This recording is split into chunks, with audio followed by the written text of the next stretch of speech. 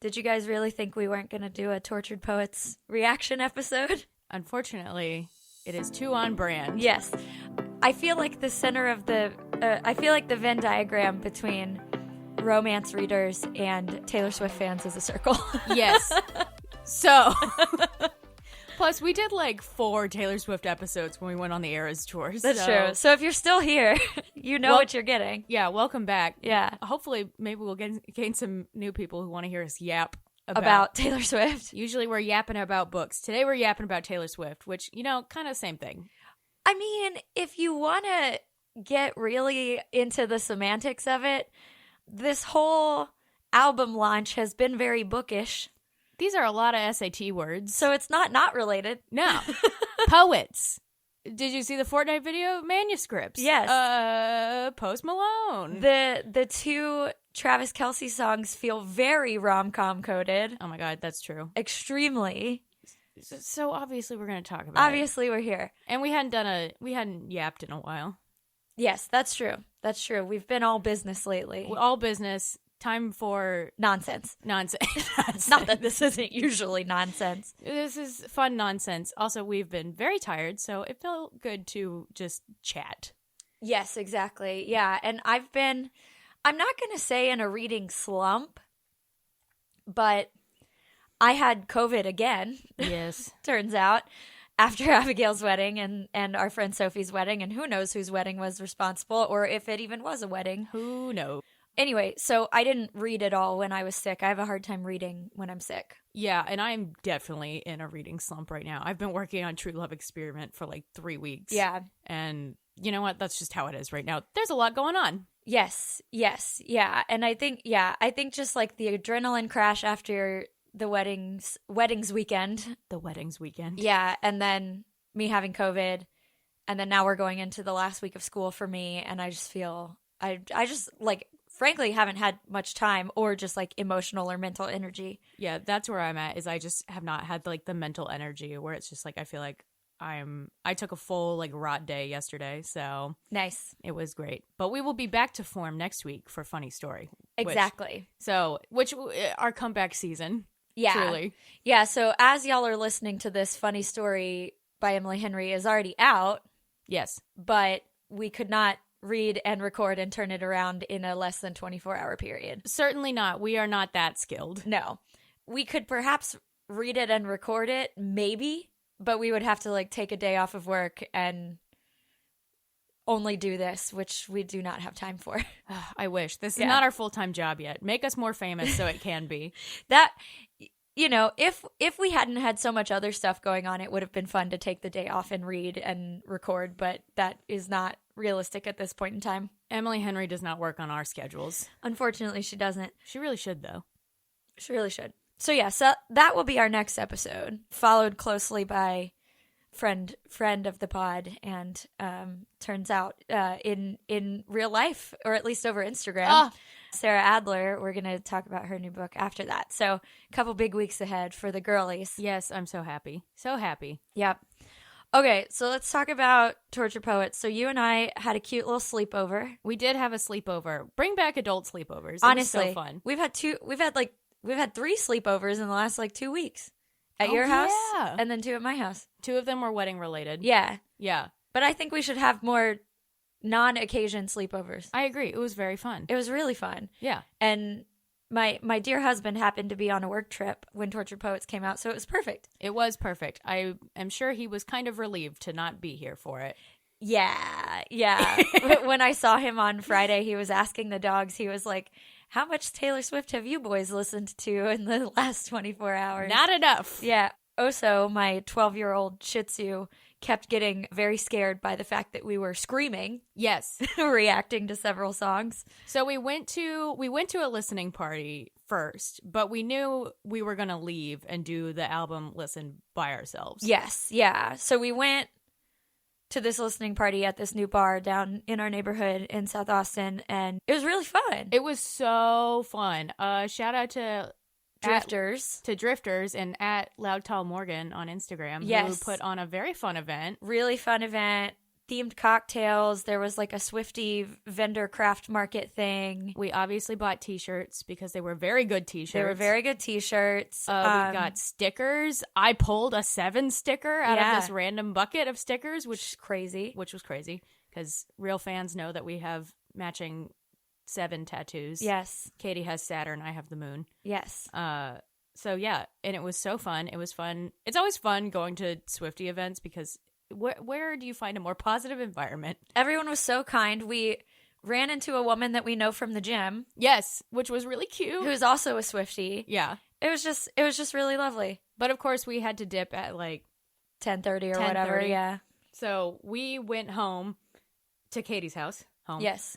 And poured very large glasses of wine and then sat on the couch and embarked on... This is the first full album listen to I've done for a drop in a while. I did Midnights.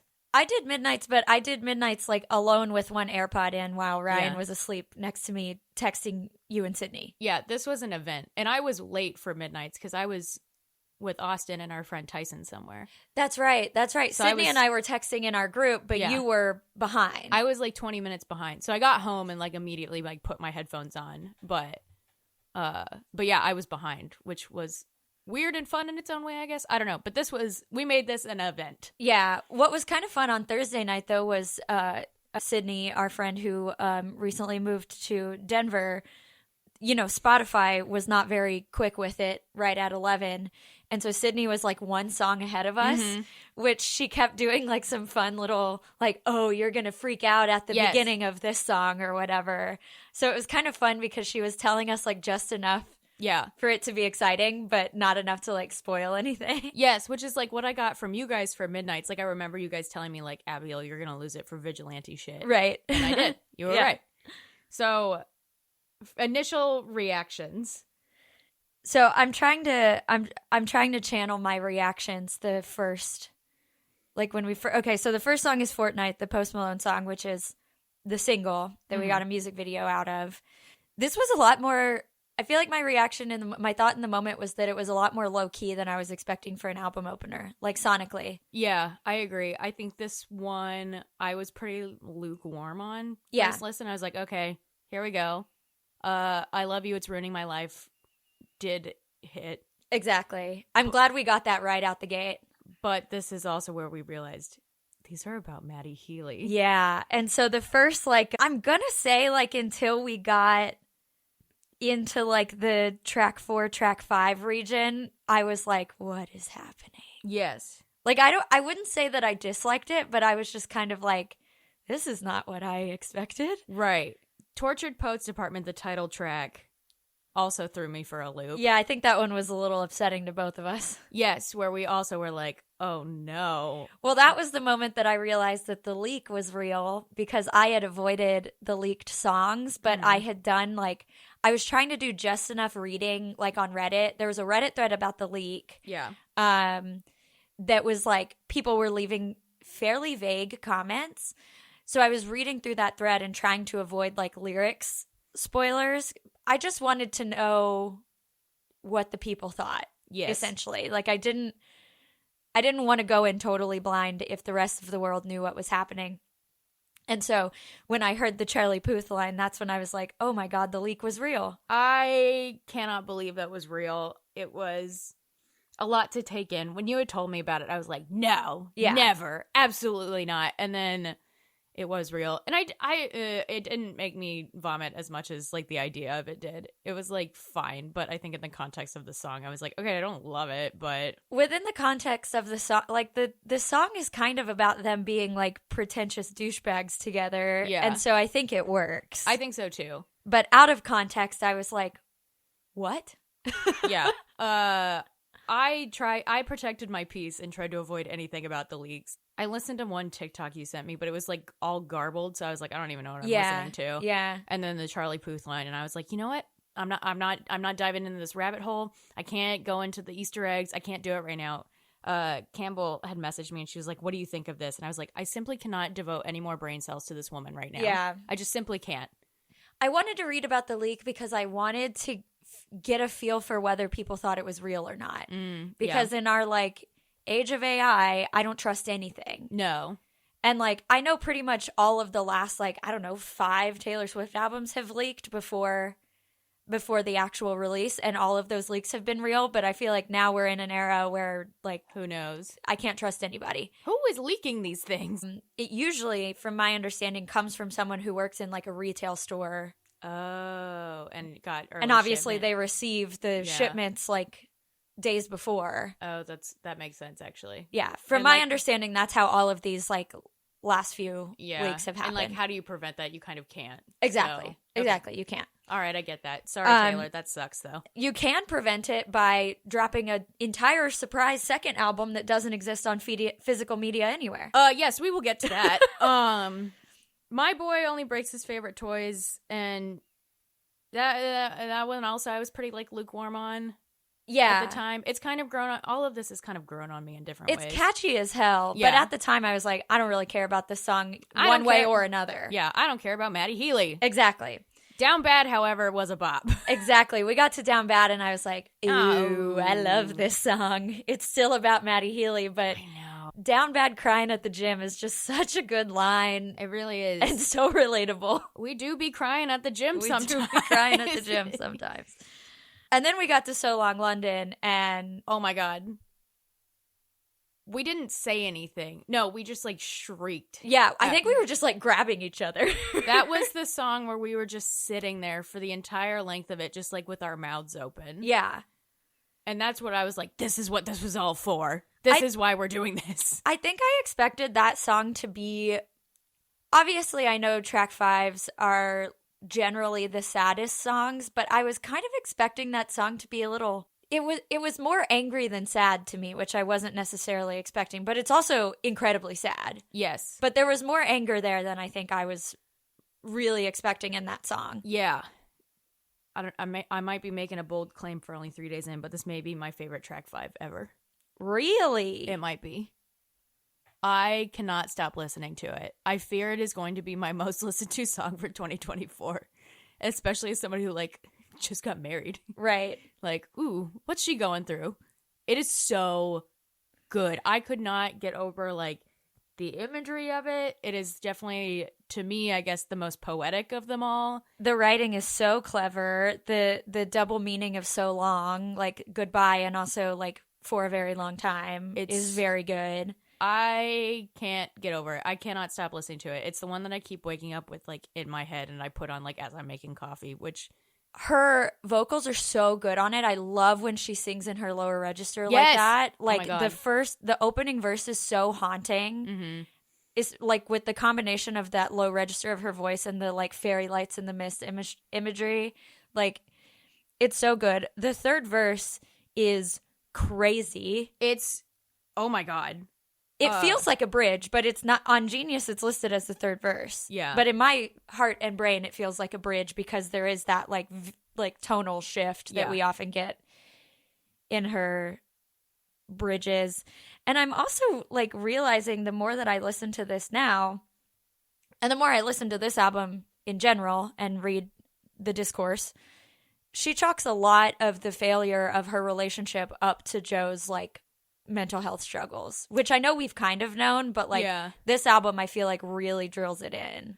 I think that is, obviously we're not going to be mad at somebody for struggling with their mental health, but there is the frustration of like, you also have to fix it. Right. Of like, I'm working really hard to help you, but you got to help yourself, which. Right. Like Renegade comes to mind too. Which is we it all really thought was your about anxiety? her. Yeah. Yeah. I thought it was about Joe. Oh, I always thought it was about Joe. I always kind of thought it was about her. Because I think about peace. Right. Either way, ouch. Yeah. Yeah, but this is like my spine split from carrying us at the hill. Pulled him in tighter each time he was drifting away. Like, it seems like it's just... I know I said it was angry. I think a lot of the lines are sad, but even when the lines are sad, her delivery is very angry. Yeah, I think it's... Once again, as we kind of knew from You're Losing Me, she put so much energy into this, and he just seemingly would not meet her there. Yeah. And It seems like she was trying to like compromise and meet him halfway, and she was not willing to budge. Or he was not willing to budge, which is what it kind of feels like. Which is just a deeply sad way to end a relationship, but also very understandable. Super real. Yeah. Especially like a 6-year relationship where it's like you're hanging on for as long as you can. And now we're at this stalemate. Yeah. And something has to happen. And if nothing's going to happen, then you got to go. Right. So, woof. Yeah. Big song. Big song. Big also, song. Aaron Dessner's first song on the album, if I remember correctly. Yep. I have loved the discourse around Aaron Dessner online. That we love Aaron Dessner and Jack Antonoff. Yeah. Needs to step back a little bit. Just a little. I will say on this album, there feels like less of a stark difference between the Aaron Dessner tracks and the Jack Antonoff ones as on like Midnights and then some of the Vault songs and stuff. Like those always felt more like of a distinct difference between the two, and this feels a little more sonically cohesive between the two. But I saw a really, I can't remember if it was on Reddit or TikTok or whatever. I've been spending so much time on Reddit over the last few days, like about this album. But someone, like, was saying that while, yes, it's a totally valid criticism that it's time for her to, like, step away from Jack a little bit, like, she clearly deeply trusts him with some of her innermost thoughts and feelings, and that's so much of what's on this record. Yeah. That we don't know if, like, anyone else could have done it the same way as him necessarily because they have that, like, close friendship and trust. Right. Which completely makes sense. Yeah, I think I just wanted this to be a more Aaron Dessner heavy album, which she clearly also trusts very much because we got So Long London. Also, he did The Smallest Man Who Ever Lived, which... Okay. Did I send you that? Did I text you that Maddie Healy thing? Like, basically, Maddie Healy's people were like, we're actually, like, very pleased with how Maddie came off in this record. Like, we were worried that, like, she was gonna, like, drag him through the mud. And I was like, did we listen to the same record? Ugh, what a gross, like, edgelord thing to say. Like, actually, I was worse. Right. He must have been awful if it was worse than what she put in here, because she was basically like, you're a drug addict and the worst person in the world. And you deserve prison.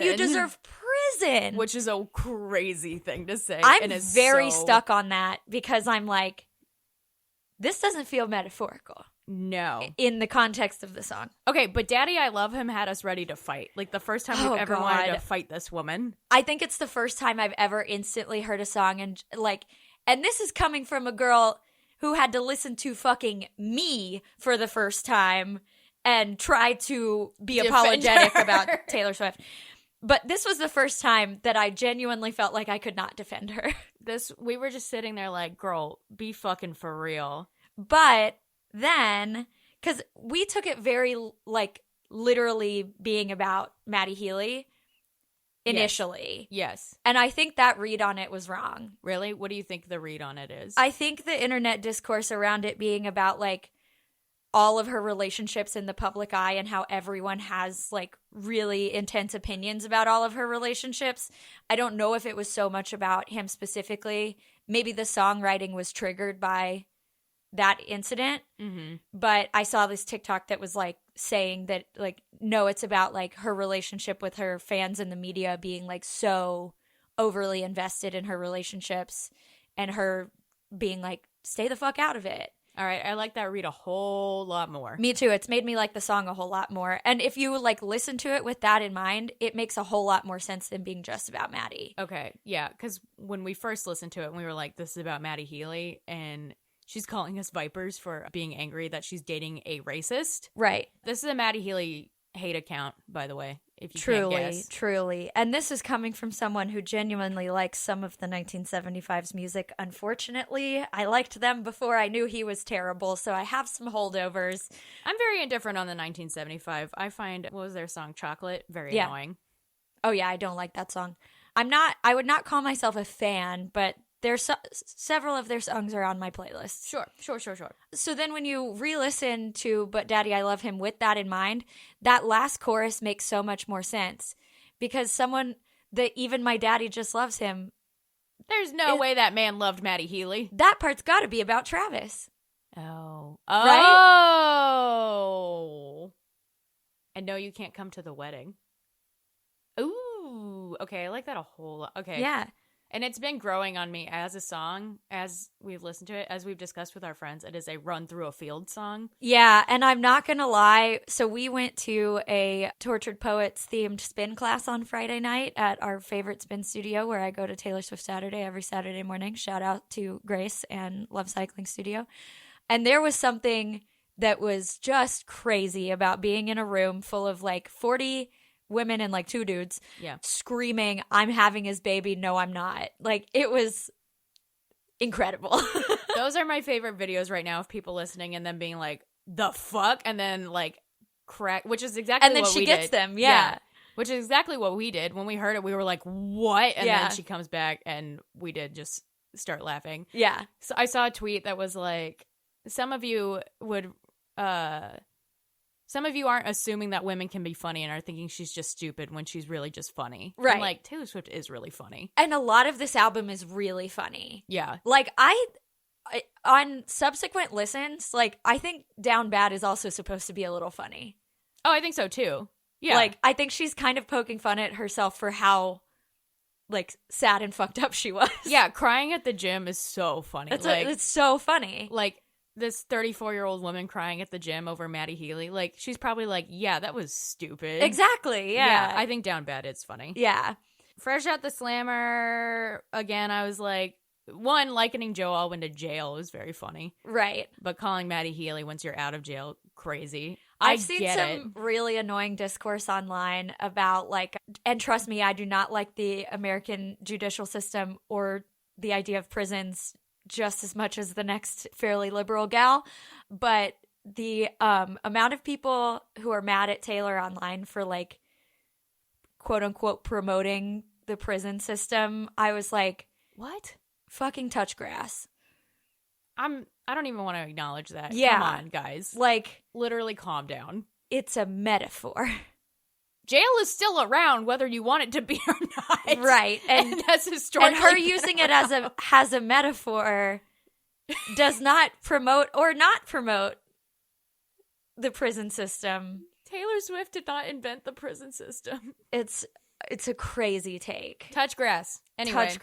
Anyway, yeah, the idea comparing Joe Alwyn to jail is hilarious. Yeah.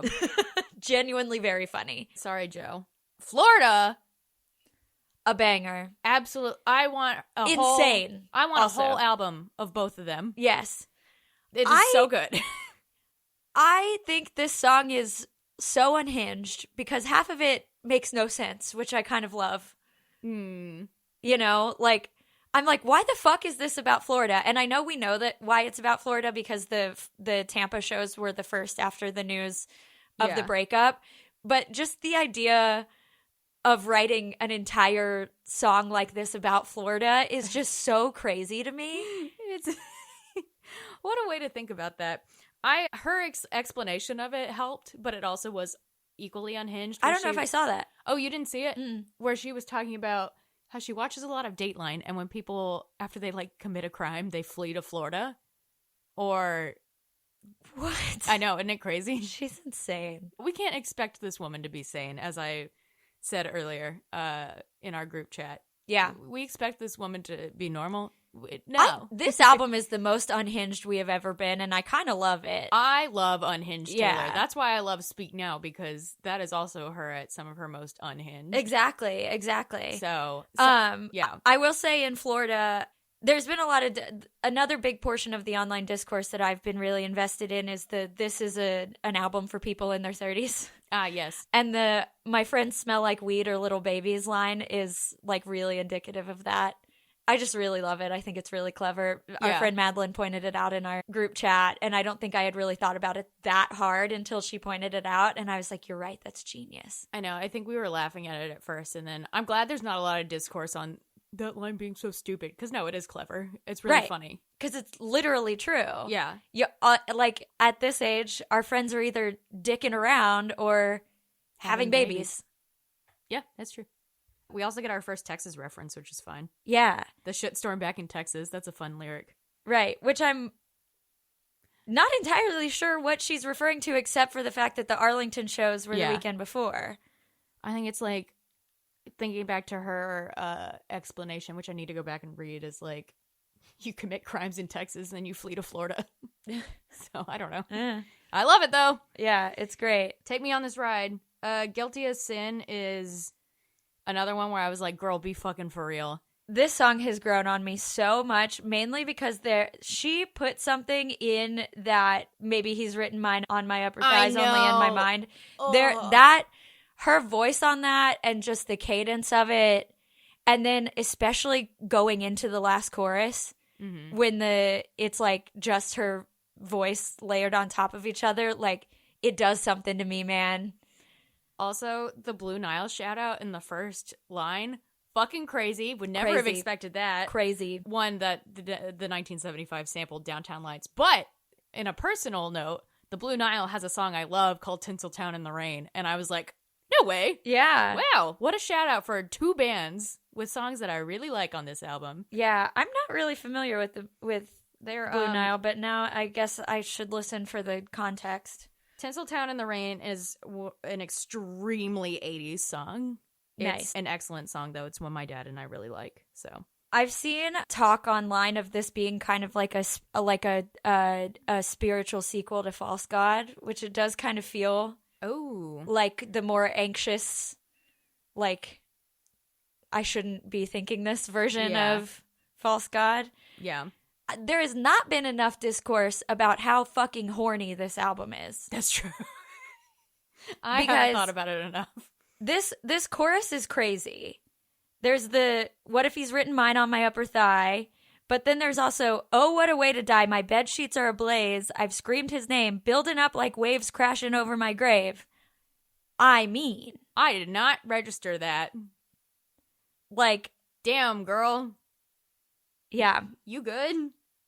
The religious imagery in this song is really interesting and clever, too. It like, really the rolling the stone away. Yeah, that really annoyed me, where I was like, okay, calm down a little bit. Yeah. At first. Now the song is growing on me. It's one of the ones I've really like gravitated back to, which I know we'll get to the songs that have grown on us more. Who's Afraid of Little Old Me is fun. It is fun. This was a fun one to scream at. At Spin, yeah. Yeah, You Don't Get to Tell Me About Sad. Yeah. Oh, that's a good. I don't want to say I'm getting tired of the Scott Borchetta, Scooter Braun discourse, but I am getting a little bit tired of it, where it's like, okay, girl, clearly you're doing fine without them. You've come out on top. These poor men have been... Poor men. I shouldn't even say that because I don't give a shit. But we can move on now. Yeah. It's been a few years. You're clearly doing the best you have ever been. No one is on their side. Yeah. I understand the anger and the trauma, but I am also like, I think we can move on a little bit. Yeah, I agree. I don't know how to word this appropriately, but like, I'm a little bit over Taylor's kind of "you don't want to wrong me" because I'm like, I don't know, man, you're not that scary. Like, I know you're very powerful. Yeah, but like this, like, you don't want to piss me off, you should be scared of me, does not really jive with the like image of Taylor that I have had in my head for the past like 18 years. You know, there is also the other side of that coin, which Lindsay Zolads, I think, brought up in her review, which everyone should go read because I think it's a very good, nuanced take. And we trust Lindsay Zolads around here. Yeah. If you're going to read a review, read that one. Yeah. Because I think it's very fair. And Rob Sheffield's is good too. I don't know if you read it yesterday. I haven't read it yet, but it's hard to trust Rob Sheffield because he loves her so much. Yes. So I like... Lindsay Zolad's take is like the critics' take. Yeah. And Rob Sheffield's take is like the Swiftie critics take, yeah. Which I like both sides of. Both are healthy. Are healthy. Yeah. Lindsay Zolad's, I have to shout it out because it's my favorite review of all time. Her review of Sour for NPR. Everyone should read it. It is excellent. So good. Yeah. It is excellent. I think about it all the time. Anyway, her review of Tortured Poets for the New York Times I think is very good, and people should read it for a nuanced take on the album. But anyway, she brings up that, and I agree with this take too, is that Taylor often is like, all these people have like wronged me and like poor me a little bit, when she is quite literally perhaps the most powerful woman in the world right now. Yeah, she's come out on top every time. Yeah, it gets to a point where it's like, it kind of both sides of that coin is like, yeah, you don't want to wrong me. Like, okay, Taylor, as a person, you kind of aren't that scary. But also, like, exactly. you have so the Taylor much power. Swift machinery is scary. Yeah. I think Lindsay Zola had said this in context about Maddie Healy, though, which I don't really agree with. I don't think we can, like... I think she's talking about smallest man in the world when she says this, where it's like calling Maddie Healy the smallest man in the world when you were like the biggest woman in the world is kind of cheap. Kind of punching down. Yeah, but I don't agree with that. I don't either. I think in this case it is punching down a little bit. Yeah. And so I'm a little tired of that discourse. I think I like the song. I like the imagery of the song a whole lot, of like her floating down the street. Right. And crashing apart. I think that's yeah, awesome. very like Godzilla-esque. Yes. Which I like. Yeah. I do love that. But yeah, I'm getting a little tired of that discourse. Yeah. So, I can fix him. No, really, I can.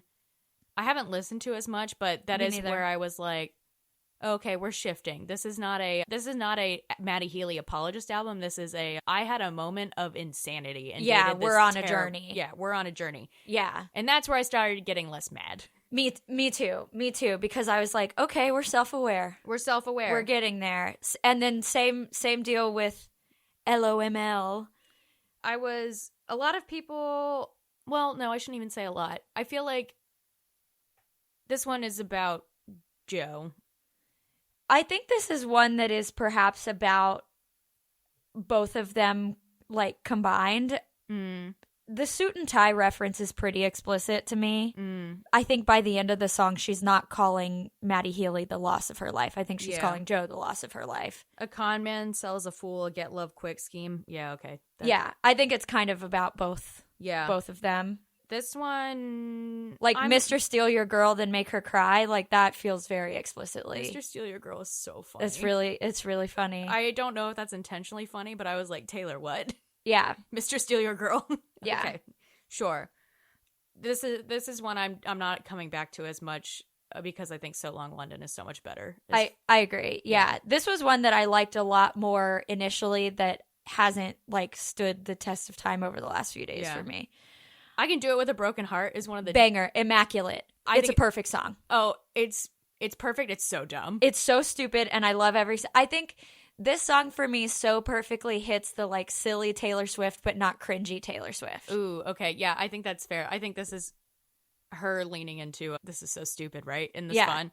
I'm so depressed to act like it's my birthday every day is so fucking funny. It's so good. Her delivery of it is hilarious. I think this song is so clever. Lights, Camera, Bitch, Smile is incredible. I love it. This is one that everyone is like somewhat dunking on for the production, which I understand because I think some of it is like, it's very overdone, but that's kind of the point. Right, exactly. I think it's so fun. It's so stupid, but it's so fun. So, you know what? Banger. And it was very fun at Spin. Yeah, it was so fun at Spin. Grace played it again yesterday. I was as wondering if she would. Final song, and it was just as great on the second time. That song is way too fast to do in Spin, but I loved it.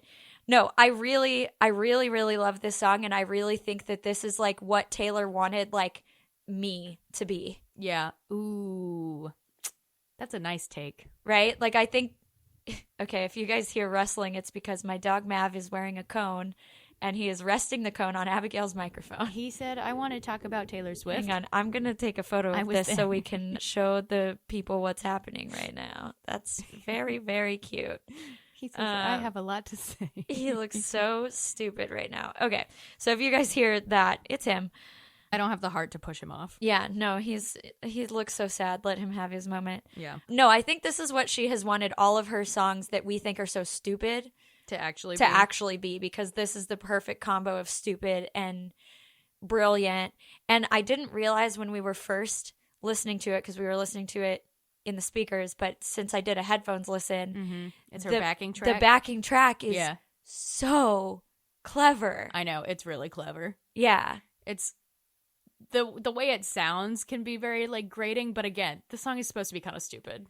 The lyrics are so heartbreaking, and the song is like almost too upbeat, that I think it's supposed to emulate like the feeling of her performing on the Eras tour, that there was all of this like incredible upbeat happy stuff happening, but she was like fucking so depressed. Oh, for sure. Yeah. The Smallest Man Who Ever Lived. This is the meanest song she's ever written, and it really is deserved. Yeah, I don't know how. I have no idea how Maddie Healy's camp is pleased with how he came off on this record, considering this song exists. Even Jehovah's Witness suit is crazy. Which I did not clock at the beginning, and I didn't either. If we had, I think we would have shrieked. Yeah. Well, I think we were so stuck on you tried to buy some pills from a friend of friends of mine. Oh, yeah. Which, like, raises a lot of questions for me because I'm like, Matty Healy claims he's been sober for a very long time, but is this a line that's a holdover from before that? Yeah. When they were first together? I don't know. I said this on Twitter and I'll say it again. Matty Healy getting clocked for his pill addiction 10 years after Colors came out is so fucking funny. It's crazy. Not to make light of addiction by any means, but this still being like one of his defining characteristics. Yeah. Also, I did not know until this year that Matty Healy is a Nepo baby, and I was just like, oh, yeah, that was a gross. Recent. Yeah. Again, Matty Healy hate account. Sorry. Yeah, this raises a lot of questions. Like, I've been thinking a lot about, because it wasn't sexy once it wasn't forbidden, because I know there's been a lot of talk about there being potential overlap between the end of Joe and the beginning of Matty. Oh, really? Yeah, there's a lot of discourse about, well, there was last year when they got together. There was a lot of discourse about how she was probably cheating on Joe with Matty Healy. But I think any of us who have been in, like, long relationships that ended kind of trickle ended, that sometimes there is a little bit of a gray area. Yeah, or there is very much we broke up, I'm going to go immediately to somebody else. Right. Or the, like, we broke up, we're taking some time apart, but we're still, like, talking. Yeah. And maybe still hooking up or what. Like, again, that, like, kind of trickling off ending thing. Like, yeah. Yeah. Yeah, this is also where she says Matty Healy deserves prison. Which is crazy. One of my favorite tweets where it was one I had sent in our group chat where it was like, Joe Alwyn came off with, "You're too sad," and Matty Healy came out with, "You ruined my reputation, you're a garbage man, and you deserve prison." Yeah. Which I'm like, damn, she's pissed. There's so many, like, you'll slide into inboxes and slip through the bars. Like, that, like, there was so much speculation about, like, how Matty was still, like, sleeping with other girls when he was with Taylor. And the discourse was like, oh, they're just, like, casually seeing each other. Like, it's not, like, they're not exclusive. And I feel like that was even in some news stories, like in the Gossip Rags or whatever. Yeah. And this kind of makes me think about that a lot differently. Yeah, yeah. Because I'm like, well, maybe he was seeing other people, but did she know that? Yeah. Were you sent by someone who wanted me dead? Oh gosh, were you writing a book? Were you a sleeper cell spy? God, Yeah. Oh, so just stab, stab, stab, stab, stab. It's the outro that really gets me. You are what you did is crazy. Oh, no nuance. And I'll forget you, but I'll never forgive. Yeah. Which, man, our girl loves to hold a grudge. She really, you know what? I'm with her. Me I'm too. with her for Matty Healy. I like a grudge. I'm holding a grudge for Matty Healy. Me too. Because he sucks. I am holding less of a grudge for her, but I was still a little pissed she entertained that. But now, you know what? I get it. Okay. More cheerfully. The alchemy! You and I are the alchemy apologists, and if there are no alchemy fans, we are dead. We are dead. This is a song. We were literally flopping on the couch, kicking our little feet for this song. I think I was just so giddy, to hear a happy song. Yeah. And to hear a song about Travis, which I was not really expecting we would get any of those. Yeah. I kind of expected that she turned in most of this album pre-Travis. Yeah. I expected we would get Travis on whatever the next one ends up being. Yeah.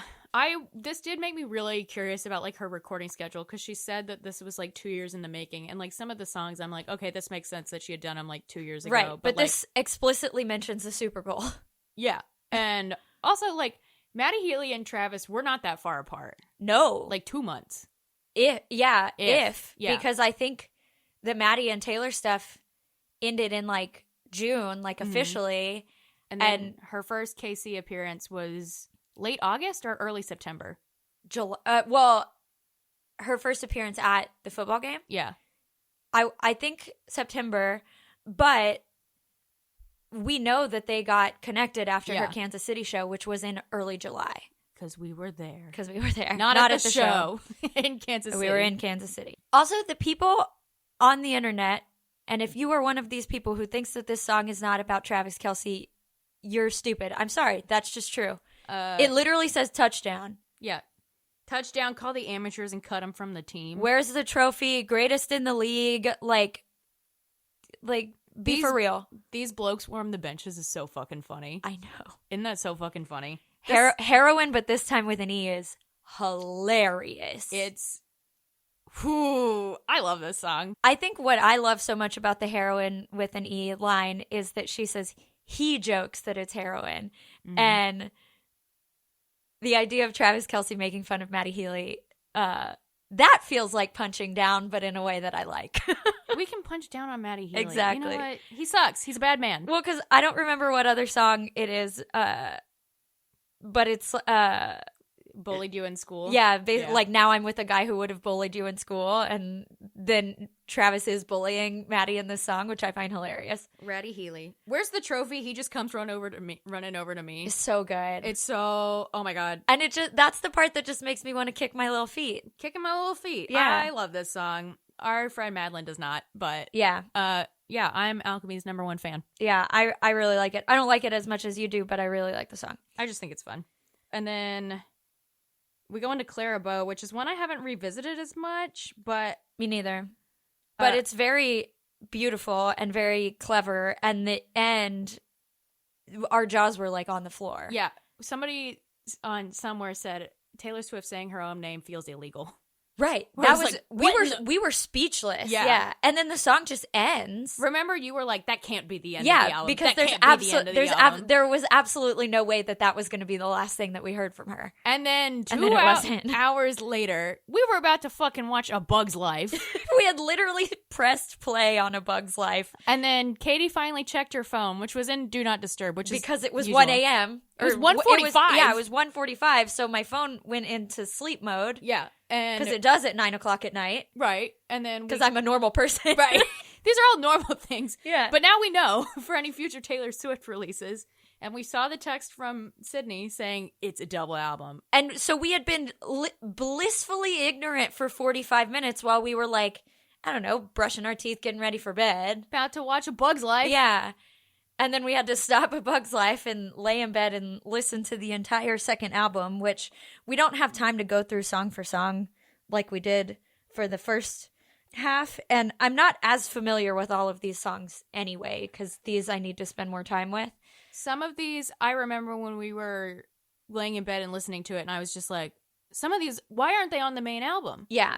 Like the Black Dog, it's crazy to me that that's not on the main album because I love that song. The Black Dog is so good. Getting a reference to the starting line is crazy. Crazy. I am so happy for them. That is wild. And we did not clock it. Although some people were like, the starting line is a Keen song. And I'm like, you dummies. It's not about that. No. She's given the Sweemos a bone. In Genius, it's... Oh, it's in quotes, though. I know. I'm looking at it right now. Taylor is referencing 2000's emo band The Starting Line, best known for their song The Best of Me, which Maddie Healy has briefly covered on stage before saying, shout out to people in their 30s! As Taylor points out, Maddie's now younger girlfriend is too young to know the song, which was released in 2003! Wow. All right, well, no way she's talking about that Keen song. Morons. Anyway... I kind of read this as a Joe song until you literally just said that. I think this is probably one that... It might be a combo. I think it's probably a combo. Okay, maybe we will go mostly song for song, because I think I'm going to Get You Back as a banger. That one is very fun. Yeah, it's like fun to play in the car. I'm going to smash your bike. Yeah. So fucking funny. Yeah. Who's riding little bikes? Right. Who's riding bikes?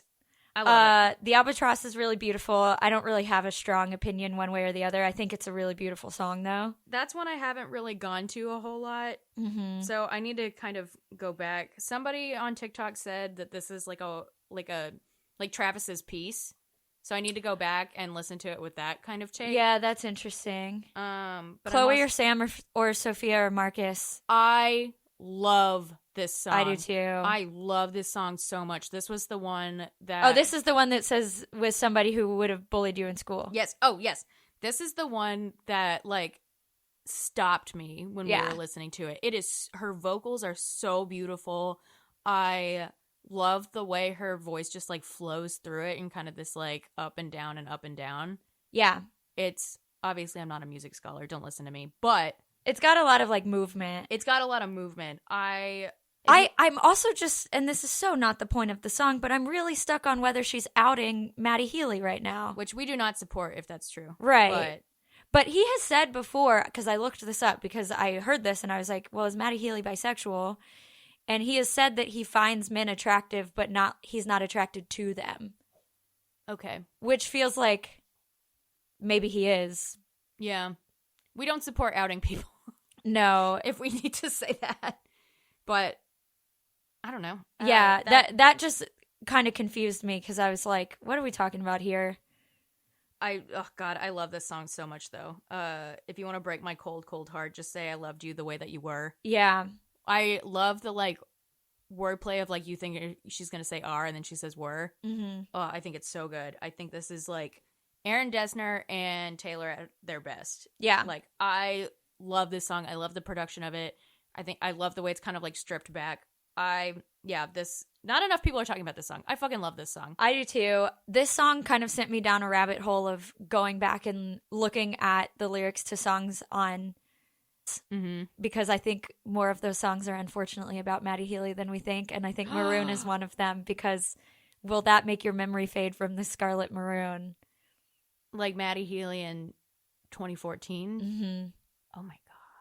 Okay. Because Midnight's was written over the course of her life or whatever the fuck she said. Fuck, you're right. Okay, well, God damn it. And when you think about that song in the context of like a perhaps like 2014 romance with Maddie Healy, it makes a lot of sense. I know. Okay, I'm gonna have to revisit that later. How did it end? I know you really like this song. I have not come back to it as much. I liked it on my first listen a lot. I don't come back to it as much now. Lyrically, I really like this song. I love Sitting in a Tree, DYING. My beloved ghost of me sitting in a tree, DYING is very funny. Yeah.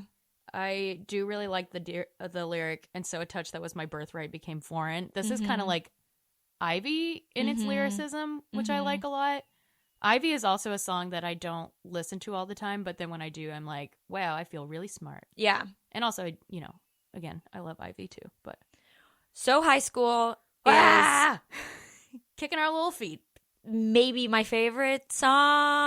Oh, maybe too early to say. I'm not going to declare a favorite, but interesting. If I were, this one would be in the conversation. I love the guitar on this song. When it started, I was like, this is so... You said it sounds like the Cranberries. Which I don't really like the Cranberries that much, but I love this, like, glittery 90s... It feels like the opening montage of, like, a Freaky Friday-esque movie. Oh, and we know I love Freaky Friday. Yeah.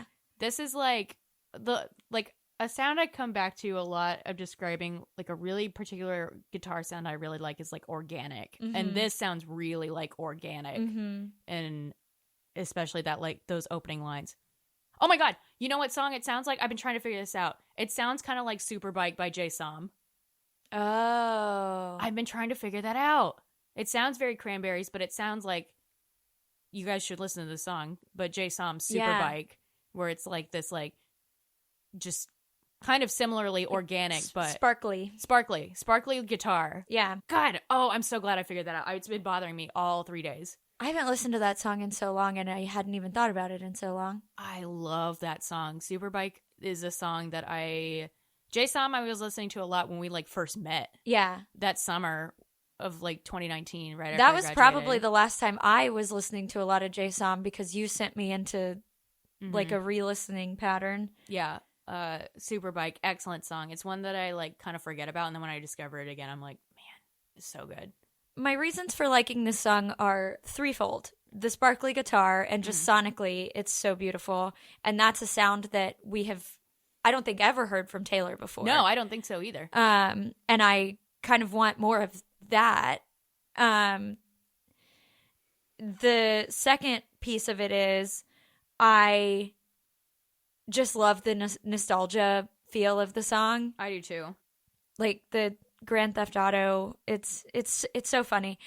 And 3, this like confirms to me that she like, I feel like all of us watching Taylor and Travis fall in love throughout the course of the football season, we were all like, she just looks like she's like giddy. Yeah, she looks so happy. And this confirms that to me. Yeah. Where it's like, I feel like a kid again. Yeah.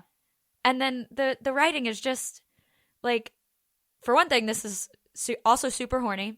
Yes. So I feel like Taylor fairly explicitly in this album tells us that Travis is laying it down. 100,000%. Which like, we and knew. I'm thrilled for, like, I knew it, but I'm thrilled for her. When they first got together, I remember we had conversations. We were like, finally. Oh, they're banging. They are banging. Yeah, that man. Just their body language. Yeah, that man can throw her across the room. Yep. Like, fucking finally, he can fight. Yes. Travis Kelce, we know, can fight. And I feel like a man who can dance as well as Travis can has moves elsewhere. I'll just say it. We got reference to him opening the car door for her. Yes. Which was where we were all truly across the world kicking our little feet when they did that.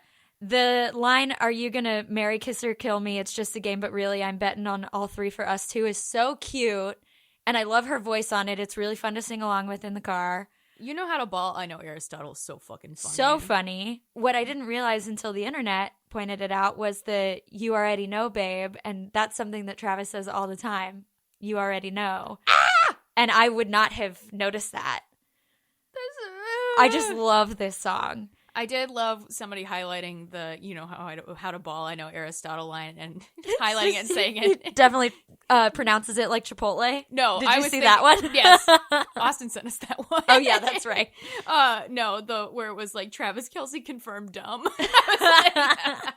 Look, I don't expect that. Look, I am on record multiple times saying that Taylor needs a himbo. Yeah, and I was right. It's perfect. I was right. They're perfect for each other. I love "You Knew What You Wanted" and "Boy, You Got Her." I love that. Oh, you know what? He's smart enough for her. Look. I say this with all the love in the world. Ryan's kind of a himbo. He kind of is. And it works. I think he's very smart, but we are not smart in the same ways. No. Yes. Ryan is very smart in his own way. And you know what? He's more like street smart, like practical smart, yeah. I feel like. Like, he knows more about, like, doing stuff around the house. Like, he does our taxes. Yeah. Like, he understands the different things we need to do to the garden, and he, like, remembers all of it. Yes. Like, and I do not have that kind of attention to detail. Yeah. Yeah. Also, I married a guy who founded a frat, so yeah, I don't have anything to say either. Austin is... I forget how smart Austin is at some points, but also, like, dude works in wine and has to remember, like, everything in the world, so. Exactly, yeah. I think that's Austin is smart in a different way than you are. You know what I mean? Like, y'all are just smart in different, like, corners of life. Yeah, the way I see it is, you know, not to equate us to Taylor Swift, but Taylor Swift needs a Katey Abigail friendship and a Ryan Austin boyfriend husband. Yes, I completely agree. So, again, Taylor, if you'd like to be friends with us, we're really smart. We're available. Yeah, we're available. I know very little about Aristotle, but I can learn. Who cares? He's old. Yeah, I don't care. I am quite well read, though, so. That's true. I love the crinkling eye. I think that's so cute. And I'm just picturing Travis hearing that line and grinning, which is so cute to me. I did love the meme of him, like, sitting in bed holding the album with, yes. like, his little stuffed animal. I know. I love "Tell Me About the First Time You Saw Me." I love "I'll Drink What You Think and I'm High from Smoking Your Jokes All Damn Night." It's so good. It's so good. This is just such a happy song, and I'm just happy for her. I wish we had been able to play this song at my wedding, but alas, here we are. I Hate It Here. Yeah. Made me cry. Yes. This one kind of got, as former precocious children. Yes.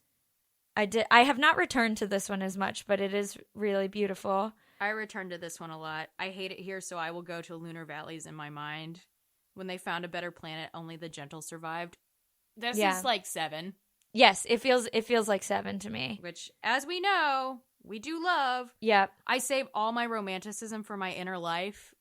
Yeah. Ow. Yeah. That's one. Yeah, this one really got me. And Austin clocked me recently in a way that made me feel bad at first, but also I appreciated. He was like, because I'm not much of a crier. Mm-hmm. He was like, you don't cry about things that happen to you, but you cry about big ideas. Yeah. And I was like, that is so kind of you to say. This is after I cried at Marcel the Shell on Netflix, by the way, which you should all watch because it was really good. Yeah. But I was like, that's so true. Because, yeah, I didn't cry at my wedding. I haven't really cried about anything wedding related at all. Yeah. But I Hate It Here in So Long London got me a little tearied, and it is like, these are like big ideas. Yeah. I Hate It You're Here, especially of like, you know, I've talked a lot, or maybe not a lot, but at least, you know, maybe to you, not on this podcast, about like romance was something I like kept to myself, kept close to the chest. And so I Hate It Here of like, you know, having those walls up and being privately heartbroken or privately romantic, or, you know, just escaping for a little bit. That really got me. No mid-sized city hopes and small town fears. That fucking killed me. That killed me, especially as former precocious children. Yes. Where it was like, oh, I never expected I was going to go anywhere big, but I ended up in Austin, a mid-sized city, and small town fears still ongoing. One of the things that got me about this song is that I one of my weaknesses is like, I've always been one of those people that like, when something goes wrong in my life, I just want to fucking bolt, which is why I also very much identify with the bolter, which we'll get to. But like, I'm always like the type, like, especially like in my early 20s, like whenever I would be going through something heavy, I would be like, I'm going to like get in my car and go visit my friend Stephanie, who was living in Corpus Christi at the time, or I would go visit my grandparents in Boston and just like kind of escape from my life. But shocker, you can feel sad elsewhere. Turns out you can feel sad wherever you are. Turns out wherever I go, my anxiety is also there. Like, nostalgia is a mind's trick. If I'd been there, I'd hate it. Is like kind of struck me in that way of like, you know, you can dream for a different life, but this is the one you got. Yeah, I am not a bolter. I am very much somebody who kind of digs my feet in and just like doesn't feel. And that's something I've been thinking about lately as somebody who should be back in therapy, but feels like I always quote unquote win at therapy because I intellectualize too much. So therapy has not worked on me the way it necessarily is supposed to a lot of the time. I just have not found my therapist is what it is. Yeah. And so Mav's doing more nonsense if you guys hear. Yeah, sorry. But in my times of, I guess, strife, or when my life has gone to shit, it's physically I've not bolted, but just kind of like dig my heels in, and this kind of just ripped me apart in a different way. This song did. So thank you, Amy. What a tone shift. Yeah.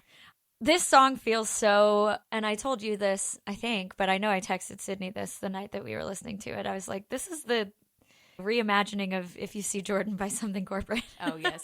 Yes. Like, I hear Thank You, Amy in the same cadence as Fuck You, Jordan in that song.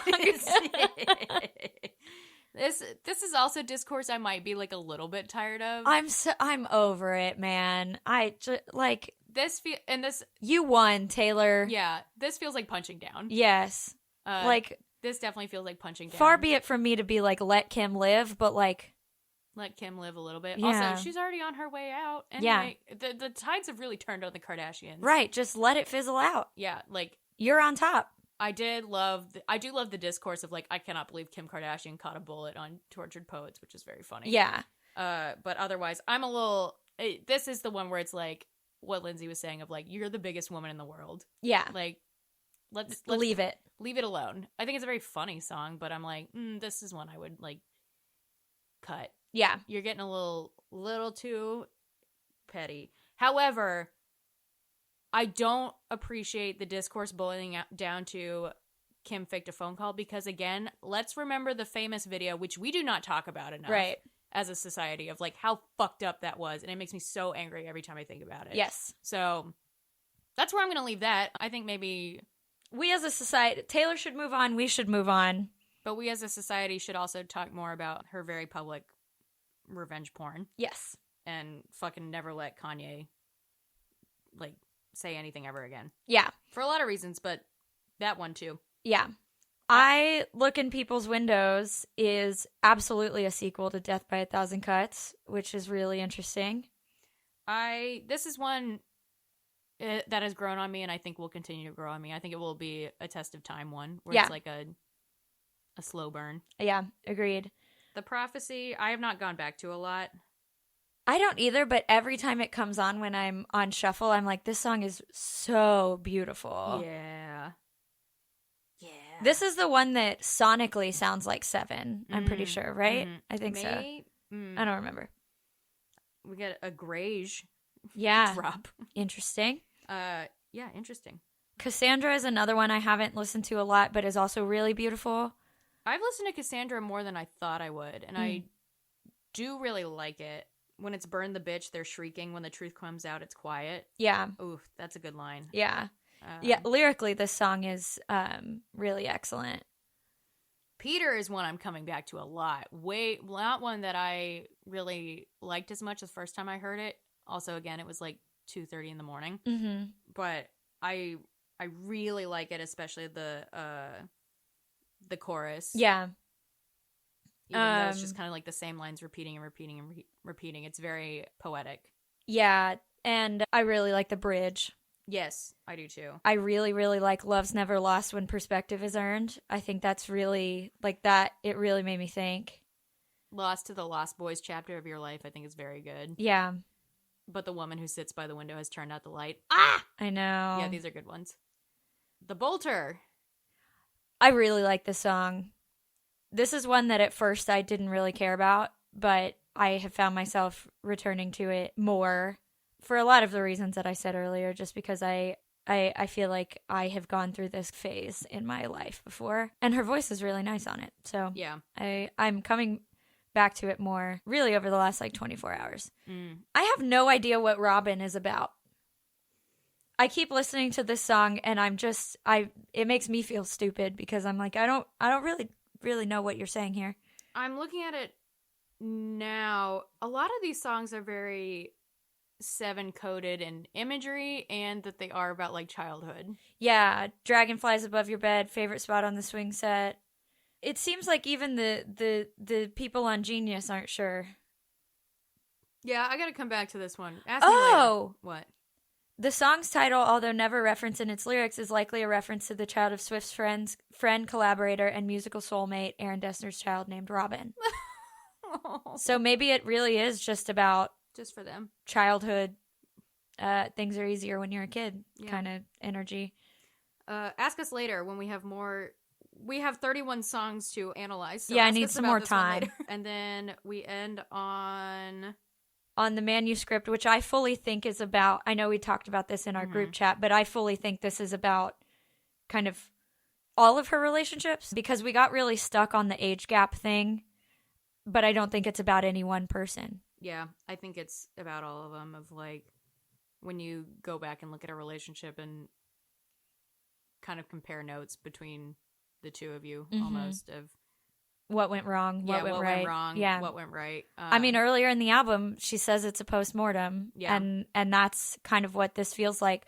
I really love that the last song, the last line on this album is "The story isn't mine anymore." It feels very much like, and I've been seeing this kind of discourse on TikTok a lot too. It's like this is the album that she needed to put out to move past the Joe and Maddie of it all. Yeah, and she's free of it now. She's unburdened.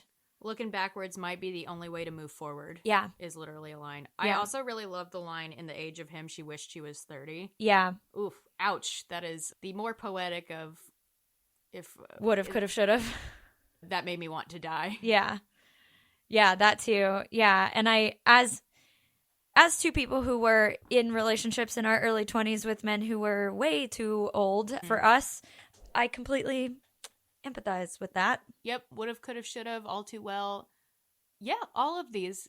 And I hate so much sometimes that I think about that relationship so much, because in the grand scheme of things, it was 3.5 months when I dated this person, when I was 22 and he was 30 turning 31. And I know how I understand why I think about it so much. I hate that I think about it so much, but this album really made me come back to it of, I had my college boyfriend and I had broken up, and very amicably. It was kind of one of those relationships that just like fizzled out, and we just kind of ended, and I felt like I had been a little heartbroken about it for a long time, and then when it ended, I was ready to move on. Probably much in the way that Taylor was.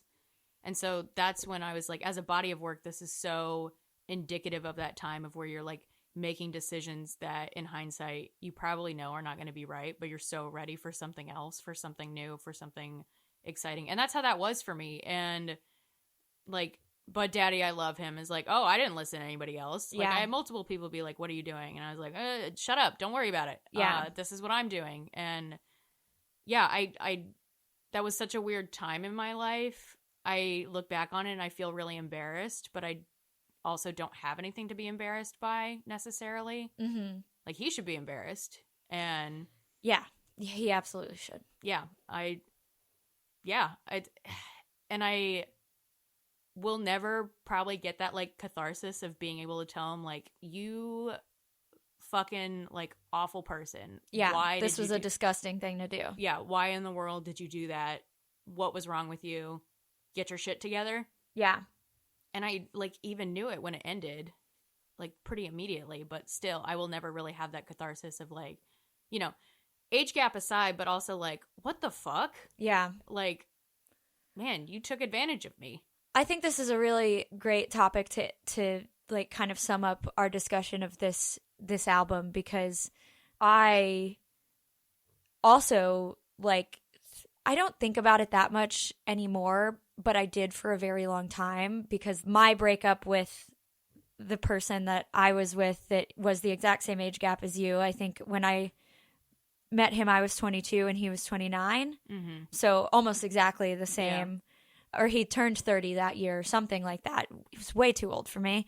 And I was so naive in that relationship to think that it was going anywhere when it very clearly wasn't. And it ended for reasons that I'm not going to say, because I'm not going to air his like personal, pain and experiences, because I'm a good person.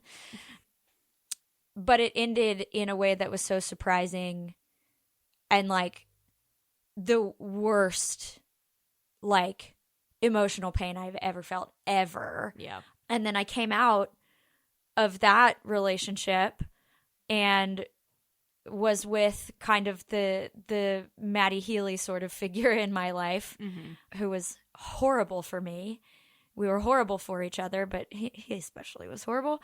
And it was, my friends were like, what the fuck? And I was very, but Daddy, I love him about it. Yeah. And I think that is the thing that the more I sit on this album, I can't be mad about Taylor writing so much about Maddie Healy, because that is such a relatable feeling. Yeah. I say that like my breakup with the older guy was the worst emotional pain I've ever felt, but then the guy that I kind of rebounded with, we were off and on for like 5 more years after that. And like that, we were never actually in a relationship, and that is somehow the defining breakup of my life, even though there was no breakup. Yeah.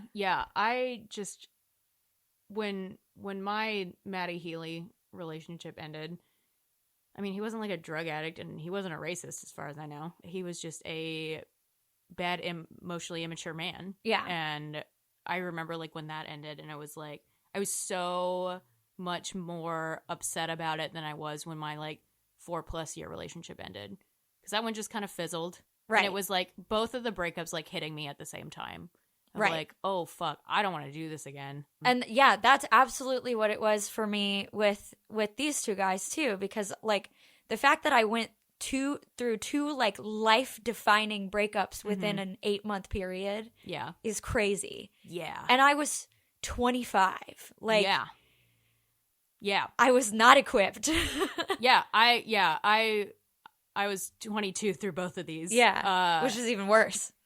I was, and it was very weird because as somebody who is painfully self-aware to my own detriment a lot. It was like I knew it at the same time, but I was also like, I don't know, I'm just gonna do it. We're just gonna like see what happens. And then also being at the end of it like, holy fuck, why did I do any of that? Oh my god, I'm so embarrassed. And like, again, I don't necessarily have anything to be embarrassed by, but it is just like, oh, those were some bad choices, I guess. Yeah. I don't know, it's like I understand it.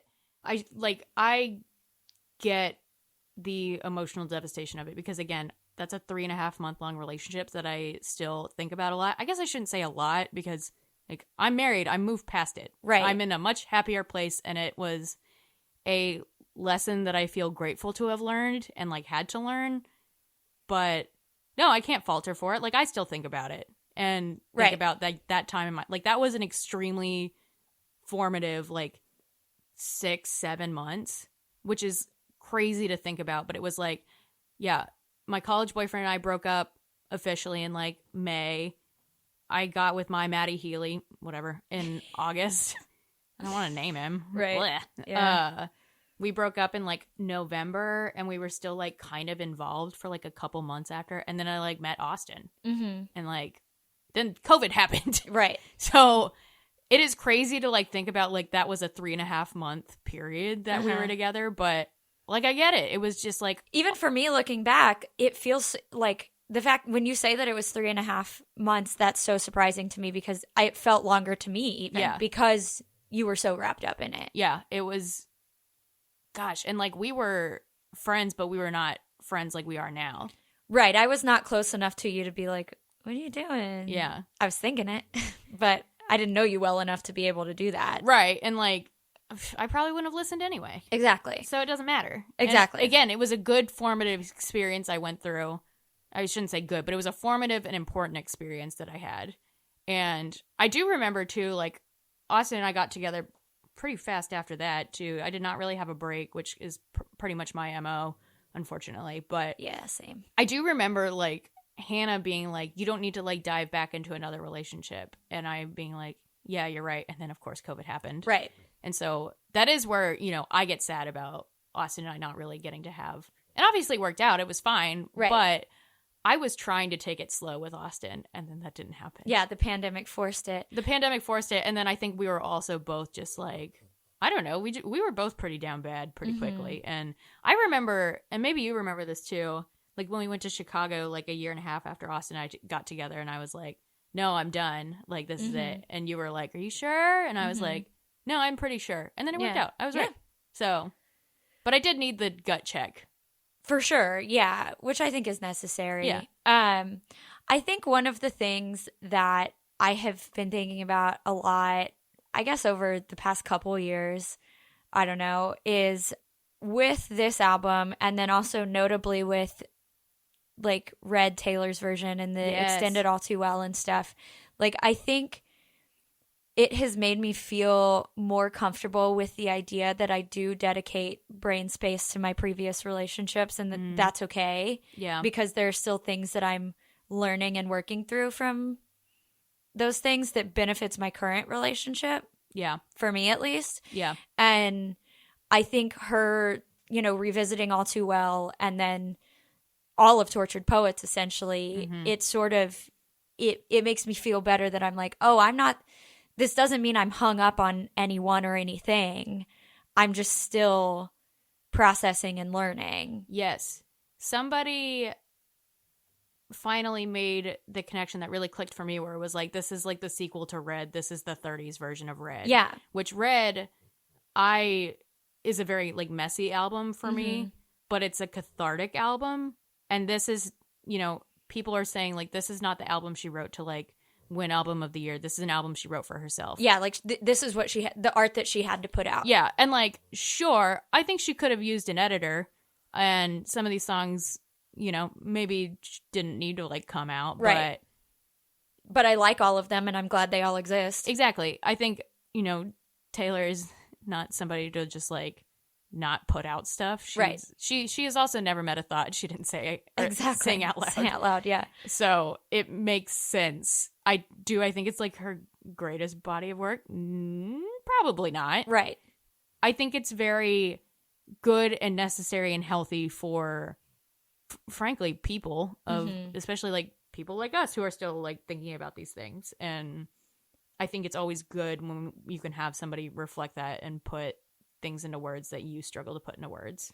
Well, and I think it's healthy too. I don't think it's healthy to just completely have all of your previous relationships out of sight, out of mind. Like, I think, there are things that come up in my relationship with Ryan that I'm like, oh, like I've done this in previous relationships too, and here's how. And like retracing my steps helps me like improve myself. Yeah. And be better in areas that I like need to work on. Yes. Yeah. And I think I had a really big breakthrough in those terms, like 2 years ago, when I had kind of it was an attempted closure conversation with an ex of mine. And I think it made me realize that there were things that I did wrong that I had no idea had like hurt him. Yeah. And it made me realize we had hurt each other, some of us more than others. Yeah. I still put fault elsewhere, but that's another conversation. But it really made me realize that there were things that I had also done wrong, that I could, take a hard look at myself and realize that I was not perfect. And I do think like a lot of Taylor's music, especially on these last few albums, has been very self-aware in that same way. Yeah. I also just think it's good to hear her be angry. Yeah. And like rightfully angry. Like, we can talk about how crazy it is that she says Matty Healy deserves prison, but you know what? Maybe he does. Right. Or maybe he doesn't, and she's just pissed off. And like, it is. Maybe it's literal, maybe it's not. I don't know. I am still angry about like my Matty Healy. Right. And Same. Yeah. Like, I'm still angry. Yeah. And All Too Well 10-minute version really brought that out for me. Same. Yeah. Yeah, that was cathartic in ways I didn't expect. And like, sometimes it's nice for her to not have an editor. Like, we understand the value of Liz Rose when 10-minute All Too Well came out, where it's like, yeah, this could be edited down. Right. But hearing her be so like raw and angry is, the unfiltered feeling is real, cathartic. Yeah. And cathartic. Yeah. Yeah. So yeah, Smallest Man Who Ever Lived. Thank you. I am so happy it exists. It is excellent, and it is cathartic, and it is important, and I love it. Thank you. Agreed. Okay, so to sum this up, what are the top 3 songs that, I'm not going to ask you to say like are your favorites, but do you think you have played the most? Today is Sunday as we're recording this, that you played Friday, Saturday, today. Definitely So Long London, The Alchemy, and then Chloe or Sam or Sophia or Marcus are my 3 that I've definitely played the most. Mine are, I think, Down Bad, I Can Do It With a Broken Heart, because I've been in the car a lot. Yeah. And So High School. Ooh, interesting. Yeah. I don't know if I would say those are my favorites. Yeah. But like I said, I've been in the car a lot, and those are like car songs to me. Yeah. I'm going to Houston this week, so I'm very excited to have a long drive with this album, where I have not spent a lot of time in the car over the past few days. And so I'm excited to spend more car time, especially with like But Daddy, I Love Him, and some of these more car-friendly tracks. I guess. I would put But Daddy, I Love Him as like an honorable mention of the ones that I've been spinning a lot, as well as Guilty as Sin, because I just love that upper thighs line. Oh, yeah. I think like Spin also kind of helped me process the album of like focusing on the lyrics instead of my legs hurting. Right. So kind of being in the car, and it's like, I always don't feel like I've completely listened to an album until I listen to it in the car. Yes, like agreed. all the way through. And Agreed. so obviously I need a fucking long drive to do this one. So good thing I'm going to Houston. Good thing you're going to Houston. Which I will have almost completed the drive to Houston in the entire time it will take me to listen to this album. Because it's 2 hours and 2 minutes, and Houston is 2.5 hours away. Yeah. So thanks, Taylor. Thanks, Taylor. Yeah, you can make it all the way through and then replay some of the ones you want to revisit. Exactly. That's a good point. So yeah, I'm looking forward to that. Yes, does she need an editor? Yes, should she step away from Jack Antonoff a little bit? Probably. Yeah. Am I happy this exists? Yeah. Yeah.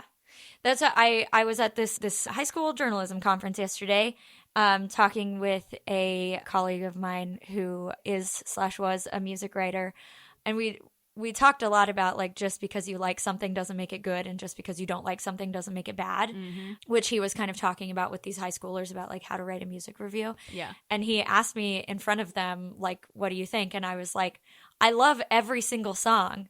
I don't know if they should all exist. Yeah. But I'm glad that they do. Yeah. Yeah. That's my thought on it. Yeah. I think that's a perfect way to put it. Yeah. So we're already like an hour and a half in. Yeah, we're done.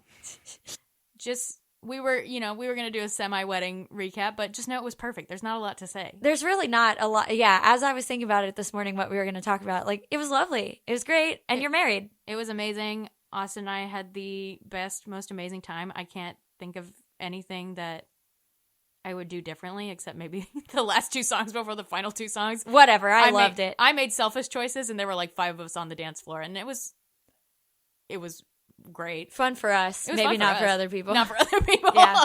But no, it just was a weekend where I like look back and just feel extremely loved and extremely lucky, and it was really, really nice. And I wish I could do it again, but also I'm glad it's over, and I'm excited to just be married now. Yeah, it was very fun. It was so nice to get quality time with all of y'all and get to know some of Austin's friends and family. Oh, yes. That I hadn't met before or had met briefly. And we just had a bunch of good, nice girl time, which I really liked. We really did. It was so fun. Yeah, again, bring back adult sleepovers. We had so much. We played Mall Madness. Oh my God, we played Mall Madness. It was really fun, actually. It was so fun. Yeah.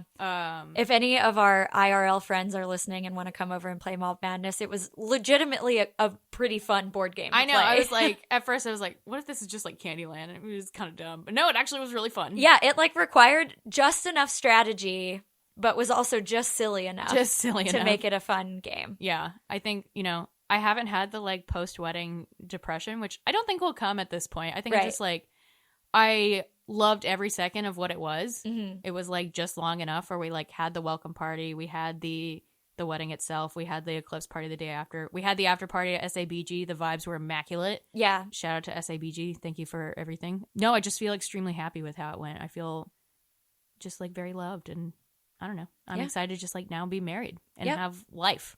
Plus, I'm excited we're going to a wedding in June. So it's like none of the excitement is ending. It's just like off of me now. Now I get to be like a wedding guest and stuff. Yeah. And but we'll be back to form for Funny Story, which I'm sure will rip me apart in new and exciting ways. Yeah. So right now you're still working on True Love Experiment? Yeah, I don't want to talk about it. It's taking me too long. But look, life's hard right now. Yeah. I'm spending all my free time with Taylor Swift at the moment. So. Exactly. And I'm trying to 100% Red Dead Redemption 2, which is taking an obscene amount of time. And I think will take me like probably a year. The rest of your life. The rest of my life, yeah. I'm not good at video games is the problem. Well, yeah. You've given yourself a tough task. Yeah. But it's actually like really fulfilling though, honestly, because it's like a fun challenge, and I'm getting to know parts of this like really incredible video game that I hadn't come across the first time I played it. Yeah. So it's like the kind of like video game fun that I like, but it's not mindless. Like I'm not turning my brain off. I'm still like kind of intellectually challenging myself a little bit. Yeah, exactly. Which is fun. So we've been devoting time to other hobbies. Yeah, I have been very slowly reading the remaining books in the Bergman Brothers series by Chloe Leese, because that series is now complete. So I am completing it. Excellent. Very, very slowly. We get to come back full force with Emily Henry, which feels right. Yes, exactly. It'll kick me back into gear. And then, this week is the last week of school, so then I'll have a little more brain space. I do have to find what indie I'm going to go pick up Funny Story from on Tuesday. So if anyone has any favorite Houston indies, that will for sure have it. I think I have one in mind, but if anyone has any others, let me know. Any favorites. All right. Well, we will see y'all with the next Emily Henry. Prepare yourselves.